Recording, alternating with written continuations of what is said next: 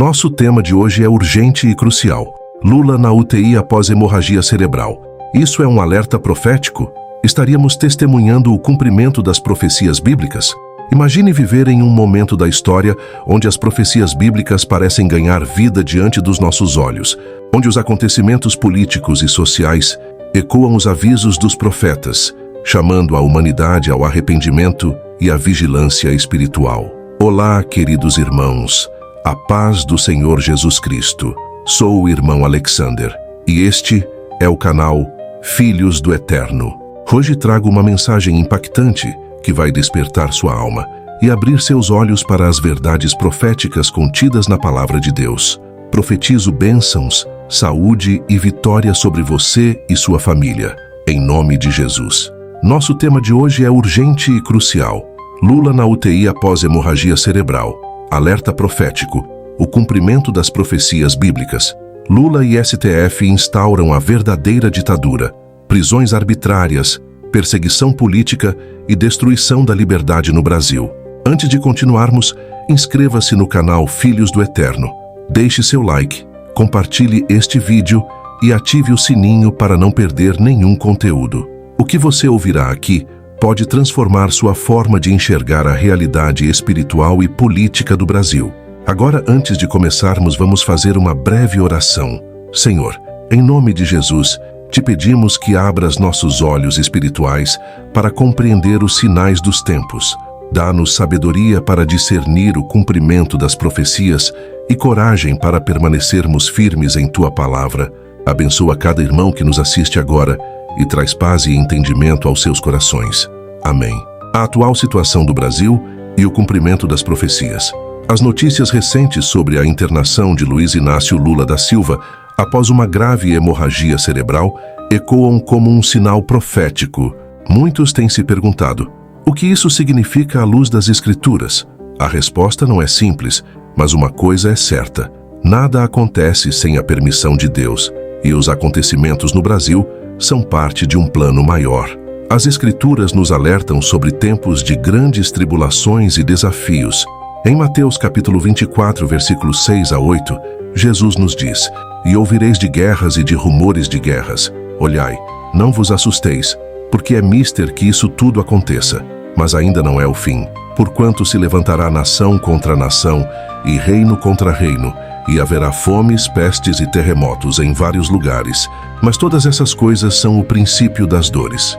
O que estamos presenciando no Brasil pode ser comparado ao início dessas dores. A instabilidade política, as prisões arbitrárias, a perseguição aos que defendem valores cristãos e a destruição progressiva da liberdade são sinais de tempos sombrios, onde o poder humano desafia os princípios divinos.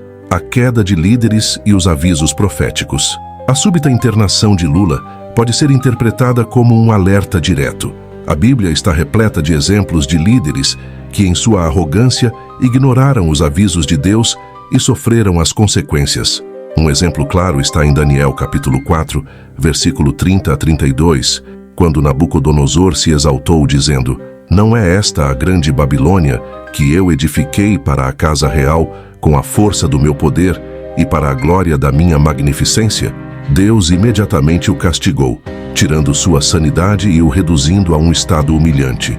Lula, com sua aliança com o STF e suas ações que muitos consideram antidemocráticas, pode estar repetindo esse padrão de arrogância e desprezo pelos valores divinos. Será que a hemorragia cerebral é uma forma de Deus chamar a atenção para seus desígnios e despertar o povo para a necessidade de arrependimento? O papel do STF e o avanço da opressão. Enquanto o Brasil enfrenta crises espirituais e políticas, vemos o Supremo Tribunal Federal agir como um verdadeiro protagonista na instauração de medidas autoritárias, prisões arbitrárias, perseguição a opositores políticos e restrições à liberdade de expressão são sinais claros de que a liberdade está sendo corroída. Em Isaías capítulo 5, versículo 20, lemos, ai dos que ao mal chamam bem e ao bem mal, que fazem da escuridade luz e da luz escuridade, e fazem do amargo doce e do doce amargo. Os atos do STF, muitas vezes justificados como defesa da democracia, têm resultado em censura e opressão. Como cristãos, Precisamos reconhecer que estamos em uma batalha espiritual. É Satanás quem inspira sistemas de injustiça para calar a voz da verdade. O despertar espiritual do Brasil. Este é o momento para o povo de Deus se levantar. A Bíblia nos chama à oração e ao arrependimento em tempos de crise. Em 2 Crônicas, capítulo 7, versículo 14, o Senhor nos promete: se o meu povo, que se chama pelo meu nome, se humilhar e orar e buscar a minha face e se converter dos seus maus caminhos, então eu ouvirei dos céus e perdoarei os seus pecados e sararei a sua terra. O Brasil precisa de um renascimento espiritual. O povo cristão deve estar vigilante, orando não apenas por justiça divina, mas também pelo arrependimento daqueles que têm liderado o país de forma injusta. E você, amado irmão, está atento aos sinais dos tempos? Escreva nos comentários: eu estou comprometido com a verdade que é a palavra de Deus. João capítulo 17, versículo 17. O que diz na Bíblia sobre o papel dos líderes autoritários no plano profético? Amados irmãos, agora que compreendemos a gravidade dos eventos recentes à luz das Escrituras, é hora de aprofundarmos a análise sobre o papel de líderes autoritários na história profética e seu impacto no cumprimento das promessas divinas. A palavra de Deus nos alerta sobre os perigos do poder concentrado nas mãos de homens que rejeitam a verdade e caminham segundo seus próprios interesses. Em 2 Tessalonicenses, capítulo 2, versículo 3, Paulo nos avisa sobre os últimos dias: ninguém de maneira alguma vos engane, porque não será assim sem que antes venha a apostasia e se manifeste o homem do pecado, o filho da perdição. Embora essa passagem faça referência direta ao anticristo, ela também nos alerta para o espírito do anticristo que já opera no mundo, moldando líderes e sistemas políticos contrários aos princípios de Deus. O governo de Lula e o espírito de apostasia. Quando analisamos o governo de Lula e o papel do STF, percebemos um padrão que reflete os avisos bíblicos sobre os tempos de apostasia. As perseguições políticas e a censura àqueles que defendem os valores cristãos são sintomas de um sistema que rejeita a soberania divina. Os recentes episódios de repressão, que incluem prisões arbitrárias e ataques à liberdade de expressão, ecoam a mensagem de Apocalipse capítulo 13, versículo 16 e 17. E faz que a todos, pequenos e grandes, ricos e pobres, livres e servos, lhes seja posto um sinal na mão direita ou na testa, para que ninguém possa comprar ou vender, senão aquele que tiver o sinal, ou o nome da besta, ou o número do seu nome. Embora essa passagem se refira ao futuro, ela nos mostra como o controle sobre as pessoas é uma estratégia usada por líderes que seguem o espírito do anticristo. O governo de Lula e suas alianças políticas criam um ambiente onde os que se opõem ao sistema são marginalizados ou punidos. Essa é uma manifestação clara do espírito de Babilônia, mencionado em Apocalipse capítulo 18, versículo 2, que diz: Caiu a grande Babilônia, e se tornou morada de demônios e covil de todo espírito imundo. O perigo da idolatria política. Outro ponto importante para a reflexão é o perigo da idolatria política. Muitos colocam sua confiança em líderes humanos, acreditando que eles são a solução para os problemas da nação, porém a Bíblia nos alerta em Salmos capítulo 146, versículo 3. Não confieis em príncipes, nem em filhos dos homens, em quem não há salvação. A lealdade cega a líderes políticos, como vemos em torno de Lula e outros, pode levar ao distanciamento de Deus e à apostasia. Precisamos lembrar que nossa esperança deve estar no Senhor, e não em homens falíveis. A intervenção de Deus nos sistemas corrompidos. Deus, em sua soberania, nunca permite que o mal prospere sem propósito. Muitas vezes, ele usa eventos como a súbita doença de um líder para chamar a atenção do povo. Em Êxodo capítulo 9, versículo 16, Deus diz a Faraó: porém deveras para isso te mantive, para mostrar em ti o meu poder, e para que o meu nome seja anunciado em toda a terra. Será que Deus está usando a situação de Lula para revelar sua glória e despertar o povo brasileiro? É uma pergunta que cada cristão deve refletir em oração. A resposta do povo de Deus. Diante dessa realidade, qual deve ser a postura do povo de Deus? A resposta está na vigilância espiritual e no compromisso com a palavra. Em Mateus, capítulo 26, versículo 41, Jesus nos exorta: vigiai e orai, para que não entreis em tentação. Na verdade, o espírito está pronto, mas a carne é fraca. Como cristãos, devemos estar atentos aos sinais dos tempos, fortalecendo nossa fé e orando pela nação. É fundamental também denunciar a injustiça e proclamar a verdade, mesmo quando isso nos coloca em risco. A Igreja no Brasil tem um papel crucial neste momento histórico. Precisamos ser luz em meio às trevas, mostrando ao mundo que há um caminho melhor, o caminho da justiça e da paz, que só pode ser encontrado em Jesus Cristo. Desafios e promessas para a Igreja. Em tempos de perseguição, a Igreja de Cristo sempre foi fortalecida. Em Atos, capítulo 5, versículo 41, lemos sobre os apóstolos, que mesmo perseguidos, se alegraram. Retiraram-se, pois, da presença do conselho, regozijando-se de terem sido julgados dignos de padecer afronta pelo nome de Jesus. Da mesma forma, devemos nos alegrar, pois sabemos que nossa recompensa está nos céus. E mais do que isso, temos a promessa de que Deus é fiel para nos guardar. Em Romanos capítulo 8, versículo 31, lemos: Que diremos, pois, a estas coisas? Se Deus é por nós, quem será contra nós? Portanto, amados irmãos, não temam as dificuldades. Este é o momento de nos unirmos em oração, clamando pela intervenção divina em nossa nação. Qual é o verdadeiro, o papel da Igreja nos últimos dias? Queridos irmãos, à medida que avançamos neste estudo profético, é fundamental entender o papel essencial que a Igreja desempenha neste tempo de tribulação.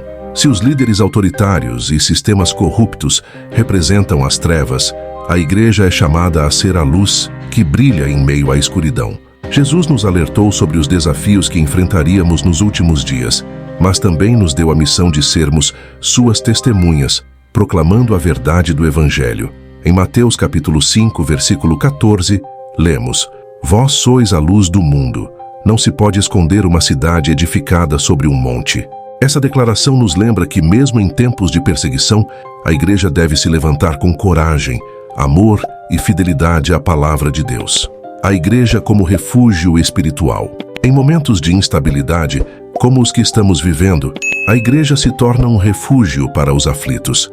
Ela é chamada a acolher os perseguidos, oferecer esperança aos desanimados e alimentar espiritualmente aqueles que têm fome da verdade.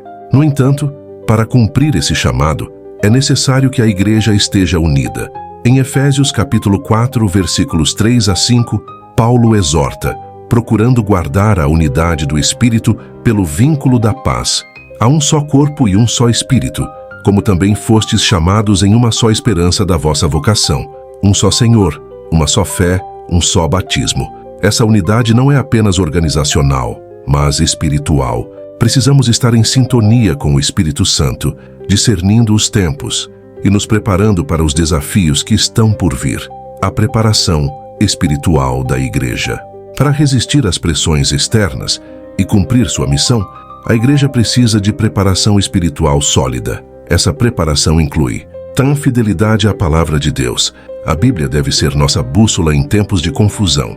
Em 2 Timóteo capítulo 3, versículos 16 e 17, lemos: Toda a Escritura é divinamente inspirada e proveitosa para ensinar, para repreender, para corrigir, para instruir em justiça, para que o homem de Deus seja perfeito e perfeitamente preparado para toda boa obra. Nenhuma opinião humana ou tendência social pode substituir os ensinamentos das Escrituras. 2. Vigilância em oração. A oração é nossa arma espiritual mais poderosa. Em Efésios capítulo 6, versículo 18, somos instruídos: orando em todo o tempo com toda a oração e súplica no Espírito, e vigiando nisso com toda perseverança e súplica por todos os santos. Devemos orar não apenas por nós mesmos, mas pela Igreja, pelos governantes e por todos aqueles que sofrem perseguição. 3. Santificação pessoal e coletiva. A Igreja deve se esforçar para ser um testemunho vivo de santidade e amor. Em 1 Pedro capítulo 1, versículo 16, lemos: Sede santos, porque eu sou santo. Essa santidade não é apenas uma exigência, mas uma proteção contra as armadilhas do inimigo. O testemunho da Igreja no mundo. O impacto da Igreja não se limita às 4 paredes de um templo. Cada cristão é chamado a ser sal e luz no mundo. Isso significa denunciar o pecado, defender os valores divinos e proclamar o amor de Cristo em todas as esferas da sociedade. Em Atos capítulo 4, versículo 20, Pedro e João declaram: porque não podemos deixar de falar do que temos visto e ouvido. Essa ousadia deve nos inspirar a compartilhar a verdade, mesmo diante de perseguições. O papel profético da igreja. Além de ser um refúgio e testemunho, a igreja tem um papel profético. Somos chamados a discernir os tempos e alertar o mundo sobre o juízo vindouro. Em Amós capítulo 3, versículo 7 está escrito: certamente o Senhor Deus não fará coisa alguma, sem ter revelado o seu segredo aos seus servos, os profetas. Quando observamos os eventos atuais, incluindo a crise política no Brasil e a saúde de Lula, a igreja deve proclamar que esses sinais são um chamado ao arrependimento e a preparação para o retorno de Cristo. Os desafios da perseguição. Como vimos nas Escrituras, a perseguição faz parte da jornada cristã. Em João capítulo 15, versículo 20, Jesus nos lembra: se a mim me perseguiram, também vos perseguirão a vós. Hoje, no Brasil, muitos cristãos enfrentam censura e hostilidade por defenderem sua fé e valores. Porém, essa perseguição deve ser vista como uma oportunidade para glorificar a Deus. Em 1 Pedro capítulo 4, versículo 16, lemos: mas, se padece como cristão, não se envergonhe, antes glorifique a Deus nesta parte. A vitória final da igreja. Apesar das dificuldades, a palavra de Deus nos garante a vitória final. Em Romanos capítulo 8, versículo 37, Paulo declara: mas em todas estas coisas somos mais do que vencedores, por aquele que nos amou. Essa promessa nos enche de esperança. Sabemos que, independentemente do que enfrentarmos neste mundo, nossa recompensa é eterna e garantida pelo sangue de Cristo. Você sabe qual deve ser o papel de cada cristão no cumprimento das profecias. Amados irmãos, chegamos ao momento mais importante desta reflexão: entender como cada um de nós individualmente pode se posicionar diante do cumprimento das profecias e dos desafios atuais. Deus nos chamou para sermos participantes ativos do seu plano, não meros espectadores.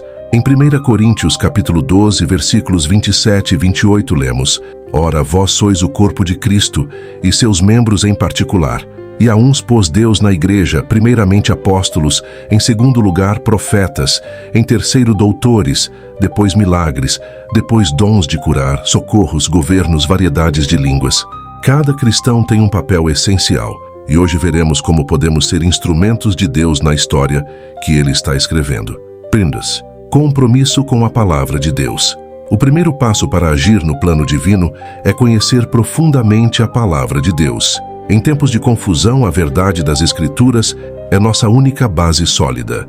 Como está escrito em Josué capítulo 1, versículo 8, não se aparte da tua boca o livro desta lei, antes medita nele dia e noite, para que tenhas cuidado de fazer conforme tudo quanto nele está escrito, porque então farás prosperar o teu caminho e serás bem-sucedido.